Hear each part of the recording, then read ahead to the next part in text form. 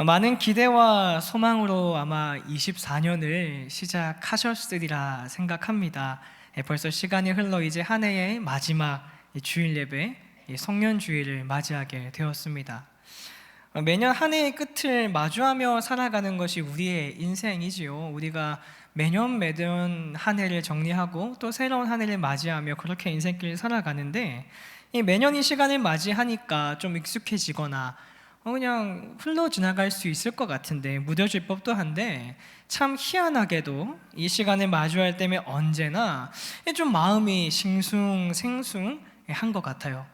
저만 그런 건 아니겠죠? 다들 그러실 것 같은데, 모든 사람은 그런 것이 아니겠으나 아마도 한 해를 지나오면서 경험했던 기뻤던 일, 즐거웠던 일, 힘들고 어려웠던 일, 아쉽거나 속상했던 일, 감사하거나 감격했던 일들을 돌아보게 만드는 힘이 이 연말이라고 하는 이 시기에 크게 작동하는 것 같습니다. 사랑하는 성도님들, 24년 올 한 해 어떠셨습니까? 24년을 한 문장으로 혹은 한 단어로 정리한다면 여러분들은 어떤 말이나 어떤 문장이나 어떤 단어가 떠오르시나요? 1년 동안 걸어온 모든 발걸음을 하나로 축약하기가 굉장히 어렵죠. 어렵다고 한다면 하나님과 나와의 관계로만 한번 한정지어서 생각해 볼 수 있으면 좋겠습니다. 24년 하나님과 나 사이의 관계는 어떠셨습니까? 그리고 한 해를 마무리하는 오늘 여러분은 어떤 마음을 가지고 이 자리에 나와 계신가요? 매주 교회를 찾고 함께 찬양하고 말씀 듣고 기도하는데, 여러분은 어떤 마음으로 지금 이 자리를 지키고 계십니까? 오늘 함께 읽은 말씀은요, 예레미야서입니다. 예레미야는 이 남유다 왕국 역사상 최악의 암흑기에 활동했던 예언자였습니다. 이스라엘 민족이 자리 잡고 있던 이 고대 근동 사회는 혼돈과 환란의 시대였지요. 전쟁이 끊이지 않았고요. 새로운 나라가 생겼다가 망하기를 수도 없이 반복하던 너무나 혼란스럽던 상황이었습니다. 이런 시대 속에서 이스라엘 민족은 강대국들 사이에 끼어서 간신히 명맥만을 유지하던 약하고 약한 나라였습니다. 진작 망해도 전혀 문제가 없을 것 같은 이 작은 나라가 망하지 않고 계속해서 존속할 수 있었던 이유는 딱 한 가지였습니다. 그게 무엇이었냐면 바로 하나님께서 이스라엘 민족을 보호하고 계셨기 때문이었어요. 하나님께서 이스라엘 민족의 하나님이 되어주시고 이스라엘 민족이 하나님의 백성이 되었기 때문에 하나님께서는 그들을 지키시고 그들을 보호하시는 일에 성실하게 임하셨던 것이죠. 자, 그래서 이스라엘 민족은 하나님과의 지속적인 교제를 위해서 하나님께 무엇하기에 힘쓰는 민족이었냐면 예배하기에 힘쓰던 민족이었습니다. 이스라엘 민족은 하나님을 예배하는 공동체, 예배하는 나라, 예배하는 민족이었다는 거예요. 자, 그런데 그들에게 문제가 생기는 겁니다. 하나님께서 보호하시고 지키시는 이 이스라엘 민족에게 바벨론이라고 하는 강대국의 침공이 시작된 것입니다. 세상을 창조하시고 세상의 모든 역사를 이끌어 가시는 하나님께서 보호하시는 이 이스라엘 민족에게 큰 위기가 찾아온 것입니다.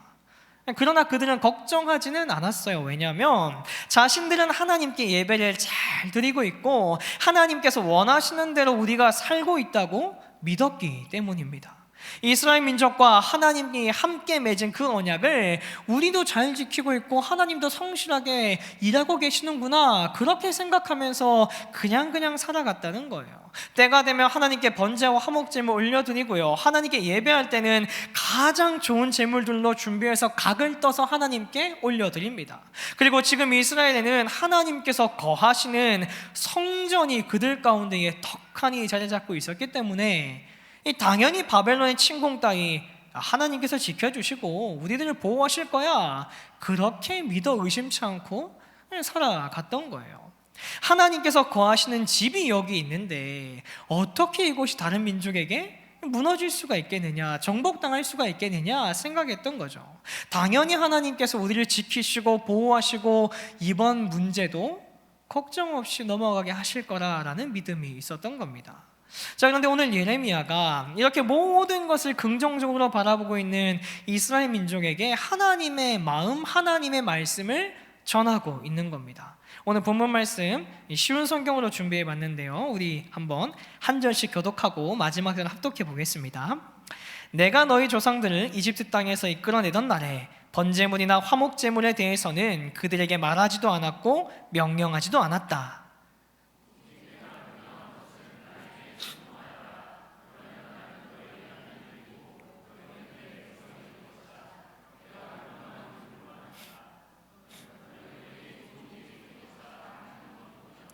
그러나 너희 조상은 내 말에 순종하지도 않았고 귀 기울이지도 않았다. 그들은 자기 꾀만 따르며 자기들의 악한 마음대로 살았다. 그들은 앞으로 나아가지 않고 오히려 뒷걸음질 쳤다.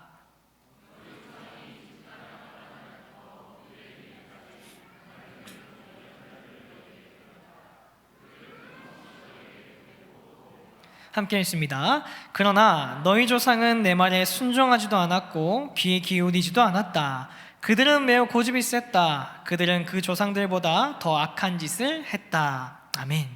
자, 이스라엘 백성들 하나님께 예배 잘 드리고 있었습니다. 출애굽하면서 하나님께서 가르쳐주신 제사법들 다 기억하고 있었고요, 어김없이 행하면서 지내고 있었어요. 번제와 회목제물 드렸고 하나님께 드릴 예물은 가장 좋은 것, 가장 비싼 것 구별해가지고 하나님께 올려드렸습니다. 누가 봐도 하나님을 신뢰하는 자들로 보이고 하나님과 올바른 교제를 지속적으로 누리고 있구나, 하나님 나라의 거룩한 백성이구나, 그렇게 보여요. 하나님께 예배를 잊지 않았고 하나님께 제물을 잊지 않았고 하나님께서 가르쳐주신 율법과 규례들을 하나하나 잘 지키면서 삶을 살아가고 있었다라는 거예요. 자, 그런데 오늘 하나님께서는 예레미야를 통해서 그들을 꾸짖기 시작하더라는 겁니다. 내가 너희 조상들을 이집트 땅에서 이끌어내던 날에 번제물이나 화목제물에 대해서는 그들에게 말하지도 않았고 명령하지도 않았다. 아멘.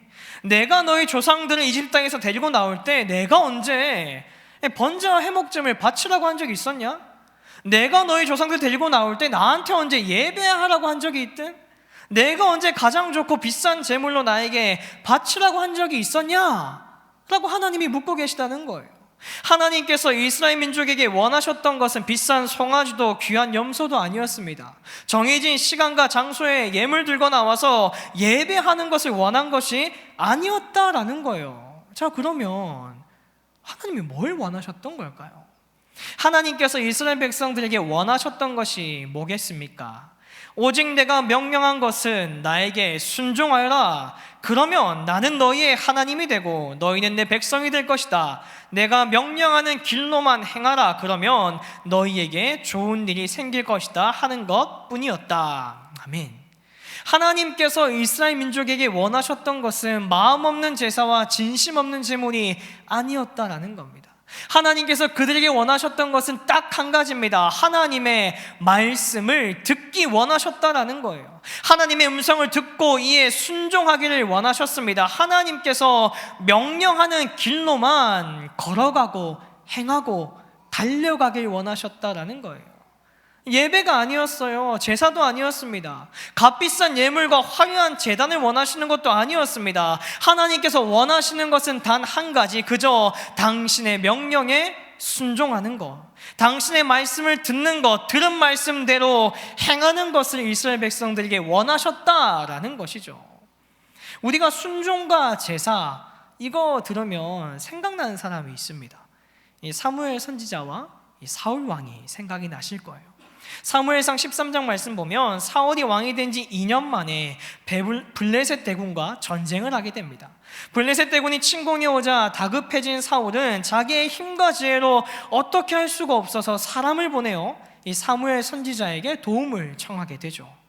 그동안 이스라엘 군대는 무서워서 계속해서 도망치고 있고요, 블레셋 군대는 계속해서 진격해 들어옵니다. 자, 그런데 사람을 보낸 지 일주일이 지나도 사무엘 선지자는 기별이 없어요. 나타나지가 않는 거예요. 이 답답한 노릇이죠.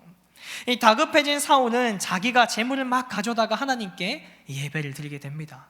이 왕이 제사 드리는 것은 율법으로 금지되어 있었고 하나님께 드리는 제사는 오직 제사장만이 할 수가 있었는데, 이 문제 앞에서, 어려움 앞에서, 고난 앞에서 허둥대던 그는 하나님을 찾지 않는 것만으로 그치는 것이 아니라 하지 말아야 할 행동까지 하는 이 죄에다가 죄를 더하는 일을 범하게 되더라는 거예요.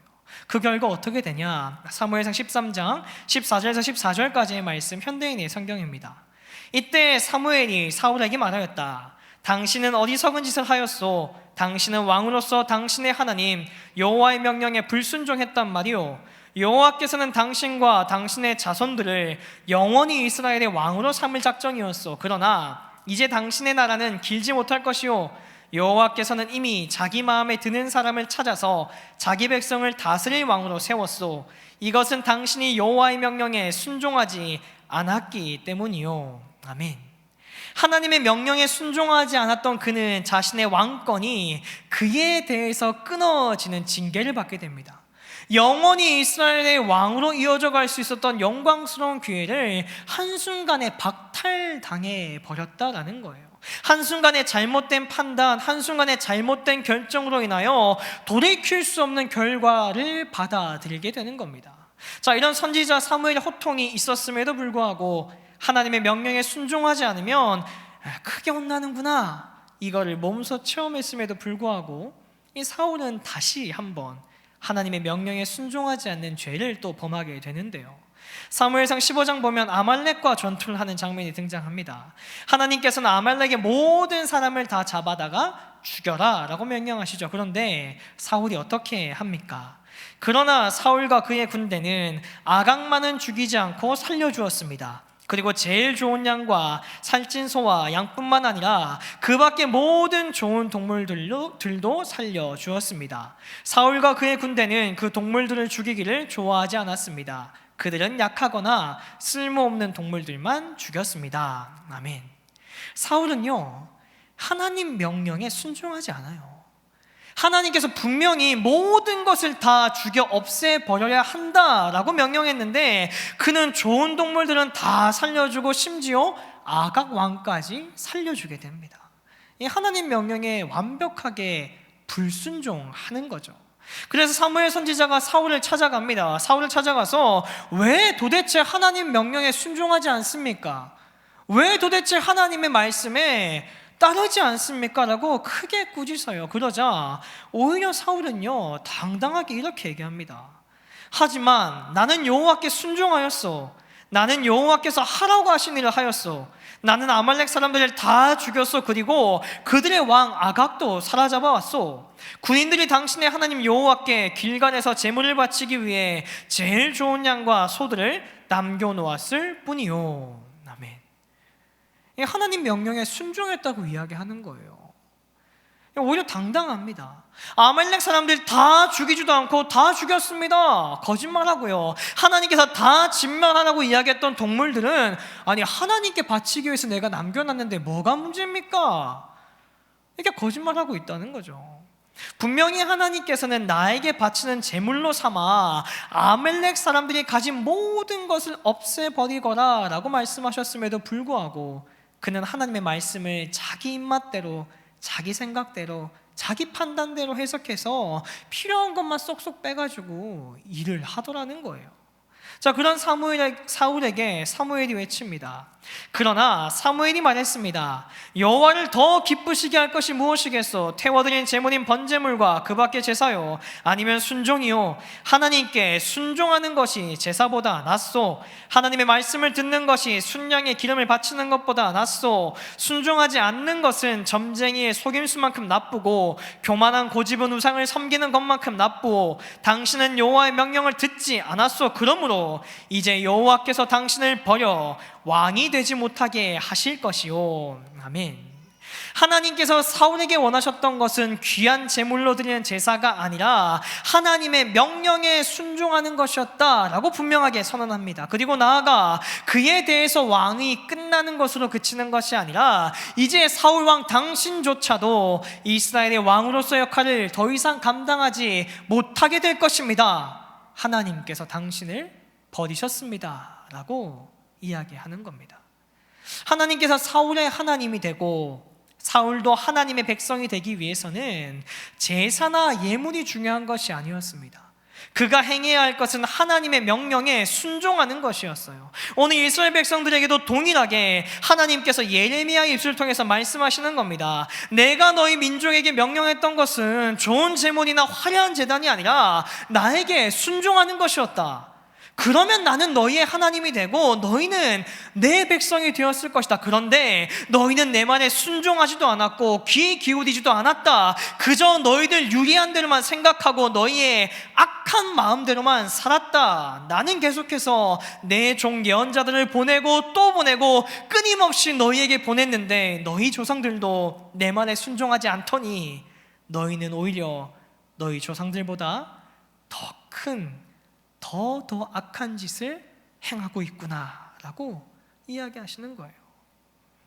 하나님께서는 신실하게 이스라엘의 하나님이 되시면서 약속을 준행하고 계시는데, 약속을 상기시키고자 끊임없이 당신의 마음을 가진 예언자들을 보내고 또 보내시는데, 일방적으로 이스라엘 백성들이 이 약속을 깨트려 버리는 거예요. 하나님의 음성을 듣고 순종하는 삶을 사는 것이 아니라 사울처럼 하나님의 명령에 순종하는 척하면서 나의 필요를 위해 하나님을 이용하고 있는 겁니다. 우리 민족 망하게 생겼으니까 하나님 지켜주세요. 하나님께 제사 드렸지 않습니까? 바벨론으로부터 우리 민족 지켜주시고 하나님께서 우리 조상들에게 약속해 주신 거 신실하게 지키셔야 되는 거 아닙니까? 이스라엘의 하나님이 되어 주셔야죠. 왜 우리 민족에게 약속하신 거 준행하지 않으십니까? 이러고 있는 거예요. 하나님께 드리는 제사를 통해 하나님의 음성을 듣고 순종하는 것은 잊어버린 채 껍데기만 유지하면서 하나님과 약속을 지키며 살아가는 것처럼 위장하고 하나님을 기만하고 있는 겁니다. 하나님께 예배는 드리면서 정작 하나님의 음성을 듣지 않아요. 재물은 좋고 비싼 거 사용하면서 예배를 받으시는 분의 마음에는 전혀 관심이 없는 겁니다. 하나님께서 자신의 마음을 알려주고자 계속해서 예언자를 보냈음에도 불구하고 여전히 그들은 무엇이 중요한지도 모른 채 악에 악을 더하고 그 더한 것에 더 악을 더하는 죄를 짓고 범하고 있더라는 겁니다. 우리 사랑하는 신촌 공동체 교우 여러분, 자, 그런데 이 이스라엘 백성들의 모습, 하나님 앞에서 예배드린다고 이야기하고 정작 하나님의 마음과 하나님의 말씀에는 전혀 관심이 없고 그저 나의 문제와 나의 이익만을 바라보면서 칭얼거리는 이 이스라엘 백성들의 어리석은 모습, 이 부족한 모습이 혹시 저와 여러분들의 모습이지는 않습니까? 24년 수없이 많은 예배의 자리를 지켜왔습니다. 매주 교회에 나왔어요. 피곤하지만 쉬고 싶지만 별로 내키지 않지만 하나님께 예배 드려야 하니까, 하나님과의 약속이니까, 하나님께서 부르셨다고 하니까 예배의 자리는 지키며 나아갑니다.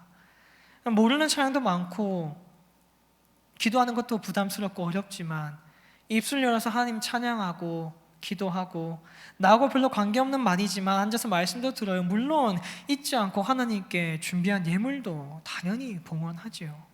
그리고 목사님의 축도로 예배가 끝이 나고 예배당을 나서면 우리는 어떻게 하나요? 이번 주도 예배 잘 드렸네. 이제 교회는 다녀왔고 얼른 집에 좀 가서 쉬어야겠다. 오늘 좀 설교가 지금도 긴 것 같은데 설교가 좀 길었네. 목장 모임 하면서 또 하루가 다 가네. 주일날 교회 오는 거 참 좋은데 좀 지친다. 좀 쉬고 싶다. 하나님을 예배하려고 모였고 하나님을 예배하겠다고 앉아있지만 조금 가장해서 이야기하면 이 예배를 받으시는 하나님의 마음에는 관심이 없어요. 그저 예배 끝난 뒤에 뭐 할까? 예배 통해서 내가 뭘 또 받았을까? 내가 또 무엇을 얻었을까? 그런 것에만 관심이 있는 거예요. 평소엔 이렇게 하나님이 아닌 다른 것에 마음이 쏠려 있다가 하나님을 찾을 때가 오죠. 언제입니까? 문제가 생길 때, 어려움이 있을 때, 고난과 환난을 마주할 때. 그때 얘기하는 거예요. 하나님, 제사 드렸잖아요. 예배 드렸지 않습니까? 하나님 찬양했잖아요. 기도했잖아요. 말씀 들었잖아요. 자, 그러면 하나님, 내가 이렇게 했으면 신실하신 하나님께서 지금 그렇게 가만히 앉아 계시면 안 되죠. 나의 삶에 좀 일하셔야 되는 거 아닙니까? 우리 가정 가운데의 문제 해결해 주셔야 되는 거 아닙니까? 나에게 닥친 시험과 환난 깔끔하게 치워주셔야 되는 거 아닙니까? 이렇게 내가 보고 싶은 것만 보고 내가 하고 싶은 말만 하고 내 마음만을 돌아보면서 하나님의 마음에는 무관심한 채 그냥 외치고 있지는 않냐라는 거예요. 하나님께서 나의 하나님이 되길 원하십니까? 나에게 문제가 생길 때, 나에게 어려움이 닥칠 때, 내 앞에 시험이 있을 때 나를 구원하시는 나의 하나님을 만나길 원하시나요? 그러면 나도 하나님의 백성이 되어야 하는 거예요. 나의 하나님만을 찾을 것이 아니라 나도 하나님의 백성이 되어야만 하는 겁니다. 예배 전에 1시간 나와서 앉아있는 게 중요한 게 아닙니다. 영혼 없이, 마음 없이, 열정 없이 입술로만 찬양 따라 부르고 듣고 행할 마음도 없이 말씀 듣고 내 기도의 제목들을 들을 것이라는 믿음도 없이 기도 안에 신용한다고 해서 내가 하나님 백성이 되는 게 결코 아니다라는 겁니다. 하나님의 백성이 되는 것은 하나님의 말씀을 듣는 거예요. 하나님 말씀을 듣고 순종하는 겁니다. 예배의 주인 되시는 하나님의 마음을 알기 위해서 귀를 열고 마음을 열고 마음과 뜻과 정성 다하여 신령과 진정으로 예배하는 거예요.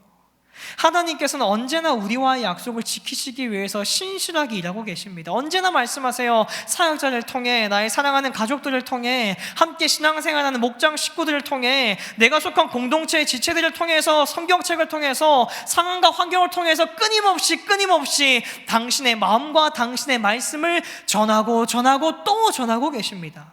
왜냐? 나의 하나님이 되어주시기 위해서요.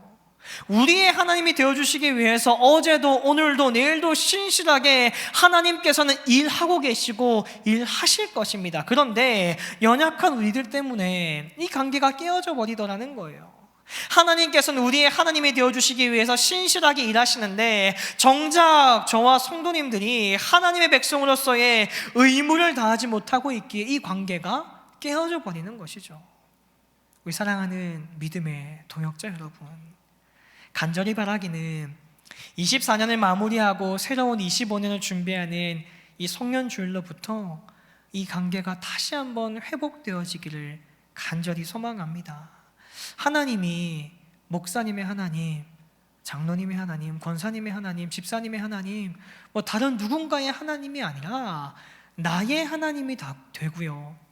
나도 세상의 백성, 내 욕심의 백성, 내 자아의 백성, 돈의 백성, 영매의 백성, 성공의 백성이 아니라 하나님의 백성으로 회복되기를 주님의 이름으로 축복합니다.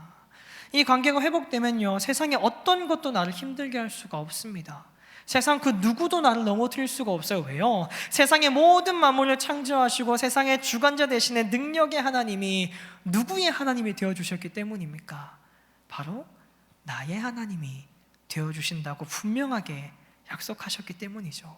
내가 하나님의 백성이 될 때, 내가 하나님 말씀 듣고 이에 순종하는 삶을 살아갈 때 예배의 자리에서 하나님이 아닌 내 생각과 내 판단으로 가득 차 있는 것이 아니라 예배의 주인 되시는 하나님의 마음과 하나님의 음성에 귀 기울이고 이에 순종함으로 우리가 살아갈 때 우리는 하나님의 백성이 된다라는 것을 꼭 기억하시길 바랍니다.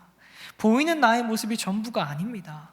겉모습만 하나님을 만나려고 하는 것은 아무런 소용이 없어요. 예배의 자리에 앉아있다고 해서 예배가 아니고요, 말씀을 눈으로 그냥 읽기만 한다고 해서 하나님의 말씀을 듣는 것이 아닙니다. 하나님께서 원하시는 것은 조금 서툴더라도, 조금 부족하더라도, 조금 연약하더라도 하나님의 마음을 바라보는 나의 그 작은 마음을 원하신다라는 거예요. 예배 늦을 수 있죠. 예배 시간 졸 수 있죠. 예배 시간 주일날 빠질 수도 있죠. 그렇지만 내 중심에 하나님의 음성을 듣고자 하는 뜨거운 열정만은 결코 놓쳐서는 안 된다라는 거예요. 내 중심에 하나님을 하는 열정과 하나님의 백성이 되고자 하는 순종의 마음이 상실되었다고 한다면 하나님께서는 그 관계를 회복시키시기 위해서 분명히 당신의 손을 드실 겁니다. 이 뒤틀려버린 하나님과의 나와의 관계를 바로잡으시기 위해서 강한 손을 들어서 우리에게 말씀하실 거예요. 사랑하는 아들아, 사랑하는 딸아, 야, 이제 적당히 해야 되지 않겠니? 이제 다시 나의 백성이 되어야 되지 않겠니? 겉으로만 나를 예배하는 척하는 자가 아니라 나의 마음을 알기 위해서 신령과 진정으로 예배하는, 정말 내가 찾는 한 사람의 예배자가 되어야 하지 않겠니? 내가 너를 힘들게 하고 아프게 하기 위함이 아니라 너와의 관계를 회복하기 위해서 내가 정말 사랑하는 마음으로 손을 들었단다. 이제 다시 나의 백성이 되어주지 않겠니? 이 하나님의 강한 손을 맛보기 전에 먼저 돌이켜 하나님의 백성이 되기에 힘쓰는 아름다운 예배에 함께하는 모든 예배자 분들 되시기를 주님의 이름으로 축복합니다. 오늘 본문에 등장하는 이스라엘 백성들은 말해도 듣지 못하는 사람들이었어요. 그렇지만 우리는 하나님의 음성을 듣고 깨닫는 자들이 되어야 하겠습니다. 그리하여서 나는 하나님의 백성이 되고 하나님께서는 나의 하나님이 되어주시는 올바른 관계를 지속적으로 누리며 살아가는 25년 되었으면 참 좋겠습니다. 25년 12월 28일이 또 성년주일입니다. 그때 25년 한 해를 돌아보면서 하나님과 참 아름다운 시간, 행복한 시간을 보낸 한 해였다. 정말 감사하고 한 걸음 더 하나님과 가까워지는 은혜의 한 해였다. 우리 가족도, 나 개인적인 신앙도, 우리 목장도, 우리 교회도 조금 더 하나님과 행복했던 시간이었다라고 고백할 수 있는 은혜의 간증이 저와 여러분들의 입술을 통해 흘러가게 되기를 주님의 이름으로 축원합니다.